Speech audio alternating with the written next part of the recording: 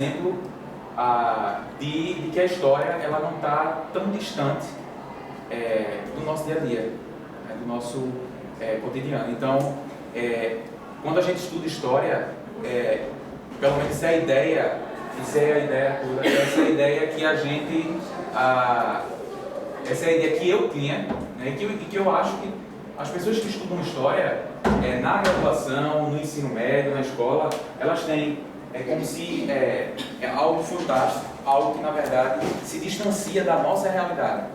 E que que o ser humano, ele não é um agente que produz história. Quando na verdade a gente estuda algo como se fosse algo distante da nossa realidade. Quando você encontra uma coisa tão próxima, como é a história da família de Ísio, e a própria história dele, que se confunde com o que a gente está estudando agora, eu achei assim, extremamente pertinente trazê-lo aqui para que ele desse o depoimento, e mostrar que a questão do Holocausto, o exemplo de um regime totalitarista, ela não está distante da nossa realidade. Ela se adequa bem ao contexto contemporâneo, ao que acontece agora, ao que está retomando agora acontecer na Europa, ao que acontece, de certa forma, no Brasil, no que diz respeito ao renascimento de ideologias políticas que, digamos, ficaram adormecidas há algum tempo. Então, vamos escutar agora, eu não queria falar muito, vamos escutar agora Ísio. Ele vai relatar, ele vai explanar, argumentar a respeito do caso da família Krauthammer, o caso da família Krauthammer, no qual ele é filho de um casal sobrevivente do Holocausto nazista. Então, isso, por favor.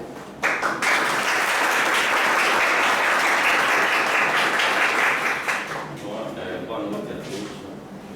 É uma honra aqui estar presente como convidado do professor Pedro, que também é meu professor lá na FPV, no nono período, no curso de Direito, na cadeira de Direito Internacional Público. Bom, eu fiz um breve histórico aqui da experiência de meus pais. Eles são europeus, meu pai é polonês, minha mãe é da Romênia. Eles viviam em cidades próximas de fronteira e, como aqui existia muito deslocamento de grupos jovens de uma cidade para outra, aí eles se conheceram. Mas isso aqui eu vou pontuar, no meu relato. Eu fiz aqui por escrito porque tem muitos detalhes pequenos assim que eu poderia me esquecer. E com calma eu me lembrando, porque meus pais infelizmente são falecidos. Meu pai faleceu em 1979 e minha mãe em 2012. Então eu tenho, ela prestou, eu tenho essas informações principalmente de minha mãe, porque ela prestou um depoimento a uma instituição de Steven Spielberg, que é o diretor de vários filmes aí, ET, Tubarão e tal.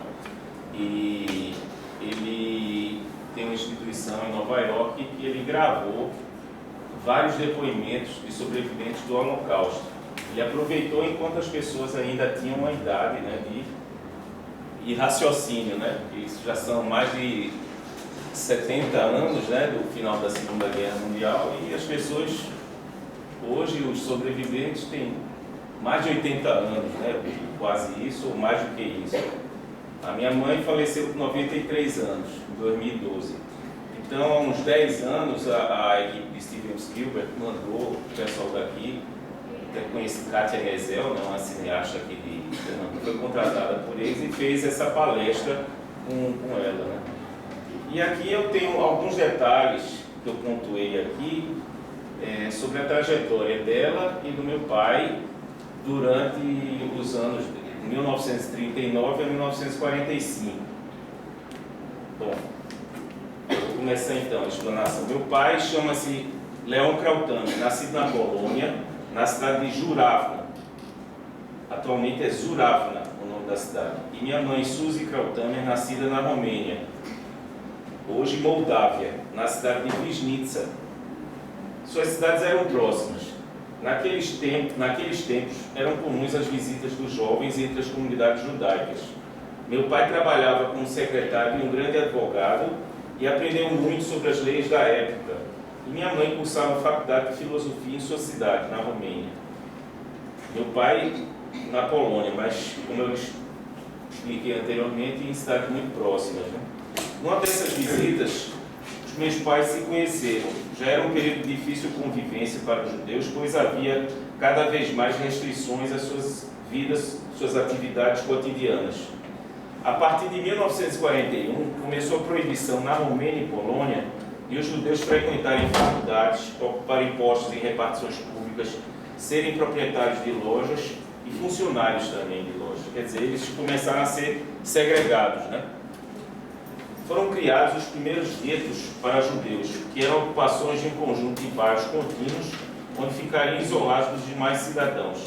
Inclusive, ao estarem fora do gueto, teriam que caminhar ao lado das calçadas e portar uma estrela de Davi amarela, com a inscrição Juden, judeu, na lapela dos paletós e casacos e à vista dos demais cidadãos. Quer dizer, eles eram segregados, eles tinham que andar na própria rua, na própria estrada, né? A calçada não lhes era permitido caminhar. E tinham que portar justamente nos casacos, era muito frio, né? Todo mundo andava de casaco, uma estrela de Davi, né? Uma estrela de 6 pontas, amarela, escrito Juden, que é judeu, né? Em alemão. Com a solução final, que era o objetivo dos nazistas alemães ao extermínio de todos os judeus da Europa, além de ciganos, homossexuais, deficientes, negros e todos que não fossem de ascendência ariana, foram criados os campos de extermínio ou campos de concentração, a partir de 1941 até o final da guerra em 1945.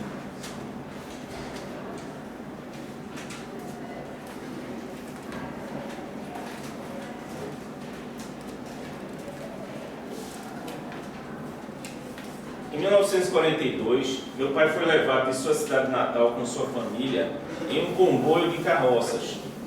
Ele morava no campo, uma cidadezinha, né?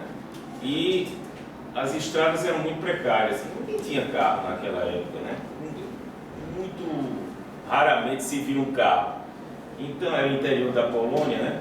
Então, o pessoal normalmente andava com carroças, puxadas a cavalo, né?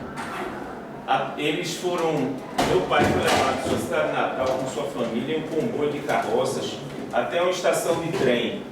E daí seriam encaminhados ao campo de extermínio de Auschwitz, que era na própria Polônia, né? Em um trem de carga de animais. Normalmente levavam bois lá dentro, cavalos, com centenas de judeus apinhados em um espaço exíguo. Porém, como ele era o mais novo dos filhos, sua mãe, Ana, ciente do fim que lhes aguardava, pensou que pelo menos ele poderia se salvar. E na carroça mesmo, antes do embarque na estação, o navio se aproximando, e tinha se aproximando da estação, e viu que ele poderia se embrenhar. Lá não tinha mato, lá era um trigal, né? E o trigal é semelhante à cana, né? Você tem as folhas altas, né? E ela teve a seguinte ideia, né? Pensou que pelo menos ele poderia se salvar e arremessou ao meu pai para fora da carroça e o mandou correr até um bosque que havia no caminho. E assim ele o fez, desenfreadamente, através dos trigais. E a guarda nazista se postava em cima dos trens, né? E a guarda nazista que acompanhava o comboio atirou em sua direção. Isso, no caso, não, porque aqui eles acompanharam, no caso, eles ficavam em cima dos trens quando os judeus eram transportados de trem. Aqui, no caso, eram carroças. Então, eles se postavam ao lado do comboio de carroças, tá? E eles atiraram, na realidade foi meu pai e mais 2 que conseguiram, cada um ia para uma direção, porque se eles atirassem não tinham condições não ia ficar atirando para lá e para cá, eles atiravam, um pelo menos tinha que salvar, né? E graças a Deus meu pai salvou. E assim ele o fez, desenfreadamente através dos trigais, e a guarda nazista que acompanhava o comboio atirou em sua direção. Porém, pela graça de Deus, não alvejou. Sua família, a família do meu pai, foi embarcada nos trens, né, e foram para Auschwitz. E lá foram assassinados nos campos de concentração. Um deles era Auschwitz. Tinha Birkenau, tinha Sobibor. E a maioria dos campos, os nazistas fizeram questão de fazer fora da Alemanha, porque para eles era muito mais cômodo se houvesse, depois da guerra, se eles perdessem, eles já estavam imaginando as consequências. Então, para não dizer que era tudo na Alemanha, a maioria era na Polônia. E tinha alguns na Romênia também. Agora, o pior de todos era o Auschwitz, né? E Auschwitz, que é uma cidade na Polônia, era uma verdadeira máquina de matar, né? Era uma indústria, né? Na realidade. E lá, há mais de 1,5 milhão de judeus, ciganos, homossexuais, deficientes, eles faleceram lá, né? Assassinados, ou nas câmaras de gás, ou através de fuzilamento que eles faziam lá. Tem umas paredes lá, até hoje quem visita tem umas paredes que eles fuzilavam as pessoas. Outra maneira de exterminar era colocar em caminhões e através do escapamento eles colocavam para dentro o escapamento do monóxido de carbono, né? Eles colocavam, ligavam o caminhão no meio de um bosque, morria todo mundo lá com monóxido de carbono e jogavam em valas, né? Que eles mandavam outros prisioneiros cavar. Aí jogavam esses que vinham nos caminhões e os que cavaram eles fuzilavam e jogavam dentro das valas. Depois vinha uma motoniveladora, jogava toda a areia em cima e cobria. E tinha vezes que o sangue ainda, né, por pressão, né, um corpo em cima do outro, o sangue jorrava que era notada a areia se balançando, né, como se fosse um terremoto. E era o sangue jorrando. Coisa horrível. Bom, meu pai conseguiu se salvar, né? Ele se salvou não sem antes se esconder por piedade de um aldeão polonês em uma cratera subterrânea, utilizada para guardar mantimentos, feno, etc. E lá ele permaneceu até a tomada do lugar pelos russos, em 1944. Ele permaneceu escondido por mais de 2 anos, correndo o risco de ser pego e assassinado, assim como o aldeão polonês, seu protetor, cujos vizinhos antissemitas o assediaram. Esses vizinhos desses aldeões, eles estavam desconfiados desse aldeão que deu proteção ao meu pai. Então eles chegavam lá perto e começavam a falar o dialeto, que eles falavam Yiddish. Yiddish é um dialeto alemão, que os judeus falavam entre si nas cidadezinhas que eles moravam. Então chegavam esses amigos, entre aspas, desse aldeão falando Yiddish, porque eles queriam saber se realmente ele estava escondendo os judeus lá. E meu pai, sabiamente, ele ficou enterrado lá embaixo, no buraco, e não se levantou para olhar o que é que estava acontecendo, né? Qual era a idade do teu pai? Ele tinha 30 anos. Nessa época? É. Tá. Jovem, né? É. Então, ele permaneceu escondido por mais de 2 anos, correndo o risco de ser pego e assassinado, assim como o aldeão polonês, seu protetor, cujos vizinhos antissemitas o assediaram, como falei, desconfiados, até bateram no próprio aldeão para ele confessar. E ele não confessou. A esposa desse aldeão queria falar, mas se ela falasse, ele matava ela de tapa no tapa, né? Ela não falou. Mas ele não confessou. Realmente foi um verdadeiro milagre de Deus meu pai ter sobrevivido diante de tanta maldade e sofrimento, chegando a perder os dentes por falta de proteína animal, né? Ele não comia nada de cálcio. Por sua alimentação consistia em raízes, trigo e batatas, que era o que se plantava na região, né? Que à noite ele saía e olhava direitinho se não tinha ninguém por perto, era à noite, e saía engatinhando, né, para não fazer barulho, né? E tinha esse aldeão, ele plantava batatas. Ele pegava as batatas e as raízes e outras raízes que eles plantavam lá. E se alimentava desses alimentos, né? Encontrava trigo também, tinha trigo lá que ele plantava. E à noite ele saía em busca desses únicos alimentos lá existentes. Com a vinda das tropas russas, em 1944, ele saiu de seu esconderijo e voltou à sua cidade natal. Quer dizer, os russos chegando lá, foi justamente quando os alemães romperam, né, a aliança com a Rússia e invadiram a Rússia. Então,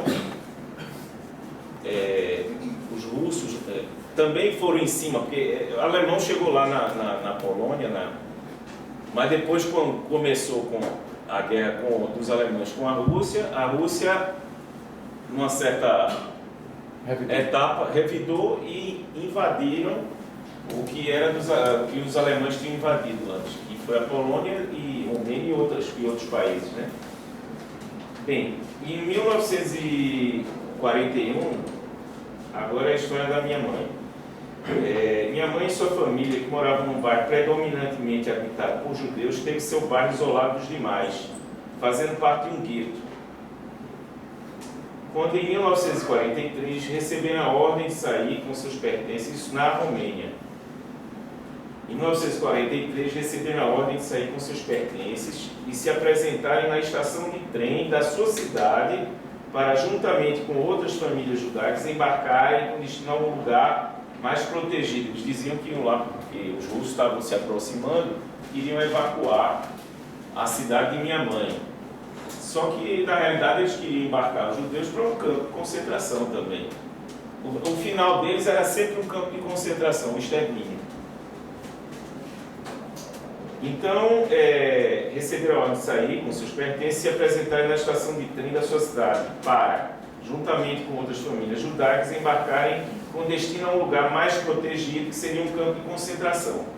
Os pais de minha mãe, meus avós, percebendo o perigo iminente, recuaram de sua vez de embarcar e voltaram silenciosamente ao seu apartamento e lá permaneceram. Ou seja, eles estavam na estação de trem, mas como estavam desconfiados, deixavam os outros embarcar e ficaram por último, recuando e encheu o trem. Aí ficaram alguns que não conseguiram mais entrar, né? Então, eles foram embora, voltaram para suas casas, iam ficar na estação de trem, não tinha sentido, e deixaram, né? Deixaram eles voltarem, como se eles ficariam para uma segunda leva, né? Esperando o próximo trem para levar eles. E assim eles se salvaram, pelo menos nessa ocasião, né? Eles voltaram silenciosamente ao seu apartamento e lá permaneceram. Mas ocorreu um milagre. De repente, alguns dias, ao invés de vir o trem alemão, veio o trem com os russos. Os russos entraram na cidade dela também, com tropas, com trem, com tudo. E os nazistas, eles fugiram, saíram de lá, percebendo que eles já estavam próximos, fugiram. E quando as tropas russas se aproximavam de sua cidade. Bem, os russos conquistaram em poucos dias, com a fuga dos soldados nazistas. O controle das pessoas durante a ocupação russa era muito grande e doloroso, pois eles tratavam a população muito rudemente. Não tratavam diferentemente dos nazistas, maltratavam o povo da cidade. Minha mãe trabalhou nos Correios e, numa ocasião, ela ficou lá carimbando as cartas. Isso era o trabalho dela. E ela não olhou numa certa ocasião. Aí o que é que acontece? Pelo simples fato de carimbar no selo acidentalmente, era um selo russo, né? Ela carimbou a cabeça de um herói russo que estampava, para vocês verem como é que eles ficavam procurando qualquer coisinha para castigar, né, os judeus.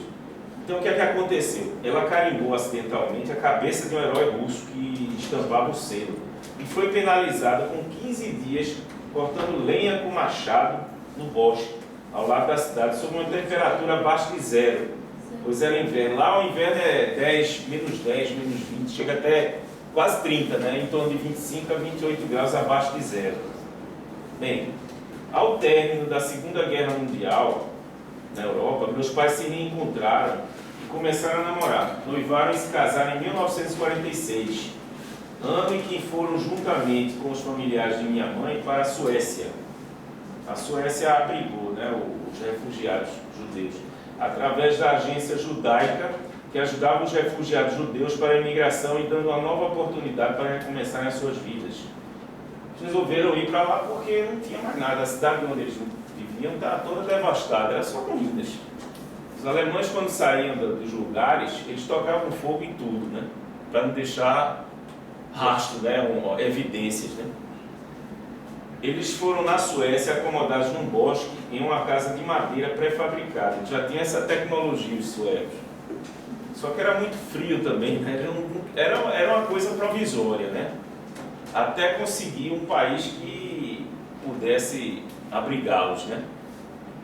Meu pai conseguiu um emprego na fábrica da Electrolux e lá permaneceu trabalhando enquanto aguardava o visto para morar no Brasil. Eles queriam vir para o Brasil, pois havia um convite para ser professor de hebraico no Colégio Israelita de Pernambuco, que lhe foi ofertado através da agência judaica.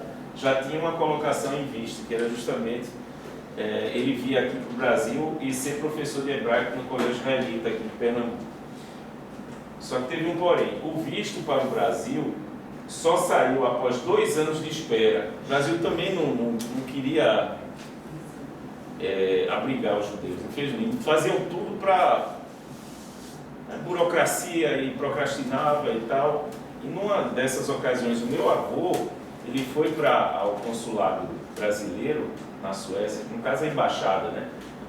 E viu que um alemão estava lá também esperando o visto. Só que o alemão chegou, carimbaram nem nada e conseguiu o visto. O pai de sua mãe? O pai de minha mãe chegou e perguntou à funcionária por que ele, como judeu, não conseguia. Já estava quase 2 anos esperando e não tinha esse visto. E o alemão chegou lá e conseguiu o visto na hora, né? Aí disse, olha, tal, não sei o quê. E quem era o ministro das Relações Exteriores era Oswaldo Aranha, né? Mas tinha influência do governo Getúlio Vargas, política, né?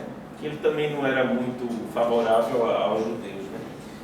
Mas, enfim, o visto para o Brasil saiu após 2 anos de espera.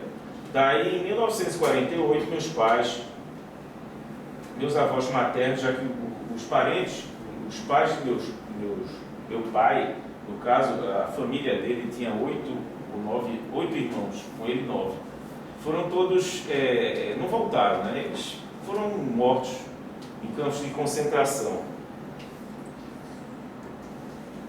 Então, meus pais, meus avós maternos e meu tio, o irmão de minha mãe, desembarcaram no Rio de Janeiro em 1948, onde meu pai arranjou um emprego. Ele tinha uma carta da Electrolux de Estocolmo, da Suécia, e deram um emprego a ele no Rio de Janeiro, na filial da Electrolux.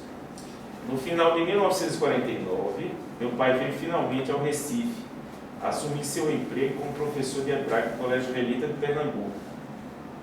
Depois que ele se estabeleceu aqui, ele teve um dinheirinho que ele veio praticamente sem nada, né? Então ele ganhou e conseguiu trazer a família para cá, para Recife. No caso, veio minha mãe em 1950 e moraram numa pensão. Meu pai permaneceu até 1952 ensinando no Colégio Israelita de Pernambuco. Mas ele viu que não dava, né? Era pouco dinheiro. Ele tinha pretensão depois de tanto sofrimento, de melhorar a vida, né? Eu tenho um irmão, ele nasceu no Rio, assim que chegaram ao Brasil, e minha irmã já nasceu aqui em Recife, em 1951. Mas aí, em 1953, ele decidiu trabalhar por conta própria, como prestamista, né? O prestamista, ele vem com a malinha e sai de casa em casa vendendo utilidades domésticas, bugigangos, né? Vendendo de porta em porta nos subúrbios do Recife. Ele começou por Água Fria, Zona Norte, Beberibe, Cajueiro, Fundão, Campo Grande, Encruzilhada. E ele conseguiu ganhar, e veja a dificuldade, ele não falava o idioma português, ele foi aprendendo com o pessoal lá, né? E com o dinheiro que ele ganhou, ele conseguiu sair de uma pensão e alugar uma casa, na Boa Vista, na Rua do Sossego. Em 1954, ele alugou uma loja em Água Fria. Iniciou-se como um pequeno empresário no ramo de imóveis. E com os ganhos que ele teve nessa loja. Em 1955 ele comprou um terreno em Água Fria mesmo e construiu uma outra loja. A anterior ele fechou quando abriu essa aqui. Ele construiu uma loja e no terreno por trás da loja construiu 8 casas, sem dominar o idioma português por completo, né? Estava aprendendo ainda. Ele construiu essas 8 casas populares e ele era muito esperto, vendeu 2 e com o dinheiro dessas 2 ele pagou tudo que ele gastou na edificação da loja e das 8 casas. E então ele ficou com a loja e 6 casas. Em 1964, mais adiante, ele comprou sua segunda loja na Rua do Aragão 51, no bairro da Boa Vista, onde também comercializou móveis. Meus pais naturalizaram-se brasileiros em 1960, tendo suas certidões de naturalização sido assinadas pelo presidente da República, Juscelino Kubitschek. Eu procurei essa certidão, não encontrei, mas deve estar em algum canto. Até comentei, era uma honra, né? Você ter sua certidão assinada, naturalização assinada pelo presidente, né? Meu pai faleceu em junho de 1979 e minha mãe em fevereiro de 2012. Deixaram como legado a família, eu, Ísio Krautame, eu sou o filho caçula, sou engenheiro mecânico e futuro advogado. Estou cursando 9º período e o professor Testemunha. Sou residente em Recife. Minha irmã, Anitta Krautame, é psicóloga, ela é residente no Rio de Janeiro, e meu irmão José Krautame é médico, tem um hospital em São Paulo e plano de saúde próprio. Bem como legado, meu pai deixou, além dos 3 filhos formados, deixou como legado o trabalho e a honestidade. E isso eu me lembro, tanto meu pai como minha mãe, né, eles sempre agradeceram a acolhida de toda a família ao Brasil e aos brasileiros, né? Bom, abrindo um parênteses, eu gostaria de também contar uma breve história que eu de contar, né? Como a mão divina agiu maravilhosamente nesta ocasião. Isso eles sempre comentavam, né? Que uma moça judia que cuidava de cães num campo de concentração, ela, ao mesmo tempo que cuidava dos cães, dividia a comida deles, porque a comida, ela não dava comida lá, era o resto, né? A comida dos cães era melhor do que a comida que os alemães davam aos judeus lá nos campos de concentração. Então, ela dividia a comida, cuidava dos cachorros e dividia a comida dos cachorros com ela mesma. Isso fora da atenção dos guardas nazistas, né? Num determinado dia, essa moça, com outros judeus, foram separados e iam ser embarcados num caminhão com destino à morte. Ocorre que um dos cães que ela alimentava estava de guarda com um soldado, né? O soldado lá e tal, acompanhando os judeus que estavam entrando nos caminhões, né? Próximo ao embarque dela, no referido caminhão, né? Quando o cão, que estava de guarda com o soldado nazista, avistou ela subindo no caminhão. Quer dizer, ela ia correr também, né, com os outros. Eis que o cão pulou em cima dela, reconheceu ela, pulou em cima dela, abocanhou a roupa dela com ela e tudo e arrastou para o chão. O soldado que estava com o cão ficou assustado, né? E prontamente a deixou ficar no campo. Ela não embarcou e não embarcou em nenhum outro. O guarda ficou, não, fica cuidando do cão. O cão ficou alisando ela com o rabinho e tal, e um negócio incrível, né? E ele arrastou ela para o chão. O soldado assustado prontamente a deixou ficar no campo, enquanto os outros prisioneiros foram embarcados. E ela milagrosamente conseguiu sobreviver por obra de Deus, seguramente. Não era isso.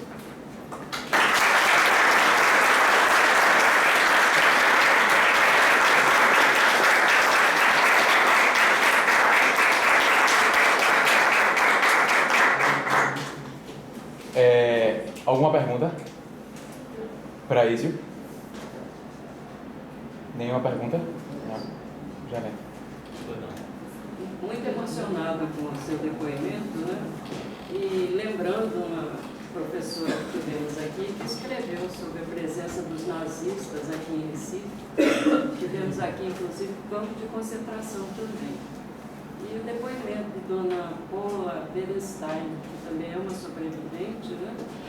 E que tem um depoimento muito bonito em livro, que os nazistas fizeram ela caminhar de Recife a Natal, com os filhos pequenos, inclusive Boris Pedestal, que é dono